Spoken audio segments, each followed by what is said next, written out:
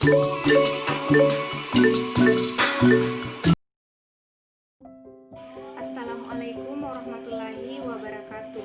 Perkenalkan, nama saya Safika dengan NIM L0211811333 dari Program Studi Manajemen Sumber Daya Perairan Departemen Perikanan Fakultas Ilmu Kelautan dan Perikanan Universitas Hasanuddin.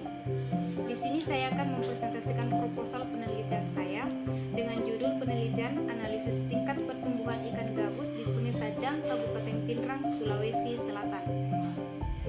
Yang pertama, latar belakang. Keberadaan ikan gabus semakin terancam karena melihat dari manfaat yang sangat besar membuatnya banyak diminati masyarakat sekitar. Namun, terjadi eksploitasi tanpa ada upaya pemberdayaan selanjutnya. Dari adanya gangguan dari pencemaran lingkungan dan eksploitasi berlebihan oleh masyarakat setempat menjadi penyebab utama kurangnya jumlah spesies ikan gabus di Sungai Sadang, Kabupaten Pinrang. Inilah alasan dilakukannya penelitian dan pengkajian tingkat pertumbuhan ikan gabus di Sungai Sadang, Kabupaten Pinrang, Sulawesi Selatan, agar dapat dicarikan solusi dan penanganan terhadap penyebab terjadinya semua gangguan terhadap perkembangan ikan gabus. Bagian yang kedua yaitu tujuan dan manfaat penelitian. Tujuannya untuk mengetahui perkembangan dan pertumbuhan ikan gabus di Sungai Sadang, Kabupaten Pinrang, Sulawesi Selatan. Tujuan yang kedua yaitu untuk mengetahui pengaruh-pengaruh buruk dari lingkungan terhadap kesehatan ikan gabus di Sungai Sadang, Kabupaten Pinrang, Sulawesi Selatan. Manfaatnya itu dapat menjadi bahan informasi mengenai populasi ikan gabus yang berlokasi di Sungai Sadang, Kabupaten Pinrang, Sulawesi Selatan. Manfaat yang kedua dapat menindaklanjuti dan mengatasi pengaruh-pengaruh buruk dari lingkungan terhadap kehidupan ikan gabus di Sungai Sadang, Kabupaten Pinrang, Sulawesi Selatan. Bagian yang ketiga yaitu tinjauan pustaka. Pada saat ini, Sungai Sadang telah menjadi salah satu sungai utama di Sulawesi Selatan dengan memiliki panjang mencapai sekitar kurang lebih 181,5 km, yang mana sungai ini melintasi beberapa daerah kabupaten di Provinsi Sulawesi Selatan yang luas daerah aliran sungainya mencapai kurang lebih 5.453 km persegi. Kemudian untuk kawasan yang dilingkupi diketahui secara administratif, wilayah daerah aliran Sungai Sadang melingkupi kawasan Kabupaten Pinrang, Enrekan, Tanah Toraja, dan Toraja Utara di Provinsi Sulawesi Selatan. Posisi Sungai Sadang bermuara di Selat Makassar dengan dua outlet yaitu di Muara Babana dan Muara Paria. Melihat dari segi manfaatnya, pemanfaatan aliran Sungai Sadang sangatlah besar baik untuk penggunaan irigasi maupun untuk PLTA dan air baku yang semuanya sangat dibutuhkan masyarakat sekitar.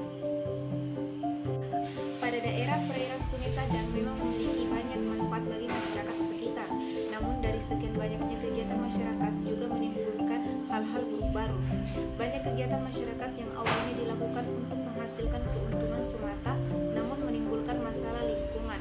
Diketahui terdapat beberapa masalah. Salah satu permasalahan di daerah Sungai Sadang adalah perubahan penggunaan lahan yang terdapat di bagian hulu Sungai Sadang yang berperan dalam meningkatkan erosivitas lahan, yang menyebabkan di beberapa daerah di sepanjang Sungai Sadang terdapat area kritis yang kemungkinan berpotensi mengalami gerusan besar dan memerlukan penanganan lebih lanjut agar tidak menimbulkan dampak yang lebih besar yang bisa membawa musibah berupa bencana alam. Keberadaan hidup manusia akan memberikan pengaruh yang besar terhadap lingkungan perairan melihat dari kegiatan-kegiatan yang dilakukan di sekitar perairan begitu banyak. Hal ini karena manusia merupakan satu komponen lingkungan hidup yang paling dominan dalam mempengaruhi suatu lingkungan. Begitu juga sebaliknya, keberadaan lingkungan pun akan mempengaruhi keberadaan manusia. Posisi yang berdampingan ini yang membuat adanya hubungan timbal balik antara manusia dan lingkungan. Dari keterkaitan keduanya menciptakan interaksi yang memicu suatu ketergantungan dan saling membutuhkan. Maka interaksi tersebut yang kemungkinan bisa berbawa dampak baik maupun dampak buruk bagi lingkungan perairan ataupun kepada manusia itu sendiri, tergantung bagaimana manusia memanfaatkan dan mengelolanya. Ikan gabus adalah salah satu komoditi besar perairan air tawar yang bernilai ekonomis karena dari pemanfaatan dan kandungan nutrisinya. Ikan gabus banyak dimanfaatkan sebagai ikan konsumsi untuk sehari-hari, baik dalam bentuk olahan segar maupun dalam bentuk awetan, seperti ikan gabus asin dan ikan gabus salai. Namun apabila dilihat dari manfaatnya yang sangat baik, membuatnya perlu untuk dikembangkan dan diperbanyak populasinya. Tetapi berbeda dengan di daerah Sungai Sadang, ikan gabus sudah sangat jarang ditemui. Melihat dari kebiasaan makan dan habitat ikan gabus, itu mudah ditemukan di perairan yang dangkal, di mana diketahui habitat ikan gabus sendiri adalah hidup di air keruh. Jika dilihat dari warna ikan gabus, dapat disimpulkan sebagai ikan yang ramah lingkungan. Ikan ini sudah sangat jelas dapat beradaptasi di lingkungan baru dengan kadar humus yang cukup tinggi. Berdasarkan sebuah hasil penelitian, telah dibuktikan bahwa ikan gabus diketahui memiliki kandungan protein yang disebut albumin yang sangat tinggi. Kandungan albumin tersebut sangat baik, bahkan berkhasiat bagi tubuh manusia. Mengingat albumin adalah salah satu bagian protein yang cukup penting karena adanya kandungan nutrisi yang dimiliki oleh ikan gabus. Membuka fakta bahwa apabila mengkonsumsi ikan gabus secara rutin, maka dipercaya mampu mengatasi berbagai macam keluhan dan jenis penyakit berbahaya seperti stroke, hepatitis maupun infeksi paru-paru, sehingga dari khasiatnya membuatnya menjadi incaran banyak masyarakat luas. Bagian keempat yaitu metode penelitian. Pada waktu dan tempat, penelitian dilaksanakan pada tanggal 1 sampai 6 November 2020 dengan lokasi penelitian dilakukan di Sungai Sadang, di mana merupakan salah satu sungai utama di Sulawesi Selatan dengan memiliki panjang mencapai sekitar kurang lebih 181,5 km, yang mana sungai ini melintasi beberapa daerah kabupaten di Provinsi Sulawesi Selatan, yang luas daerah aliran sungainya mencapai kurang lebih 5.453 km persegi. Pada penelitian ini menggunakan bahan dan alat, yaitu pertama, alat yang digunakan yaitu jaring air atau kitnet, botol sampel, gelas objek, deep glass, termometer, pH meter, pipet tetes, mikroskop, sesi disk, dan kamera digital. Untuk bahan yang digunakan yaitu alkohol 70%, formalin 4%, air Sungai Sadang, dan ikan gabus dari Sungai Sadang. Bagian yang kelima yaitu prosedur penelitian.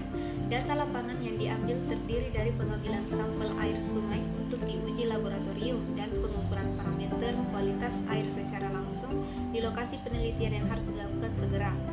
Sampel-sampel air diambil di 4 lokasi yang berbeda dengan menggunakan teknik sampling secara acak. Parameter kualitas air yang diukur secara langsung adalah suhu air, oksigen terlarut, derajat keasaman atau pH, dan kekeruhan dan kecerahan air permukaan. Selanjutnya itu bagian ke-6, analisis data. Variabel penelitian adalah standar kualitas perairan Sungai Sadang, Kabupaten Pinrang, Sulawesi Selatan.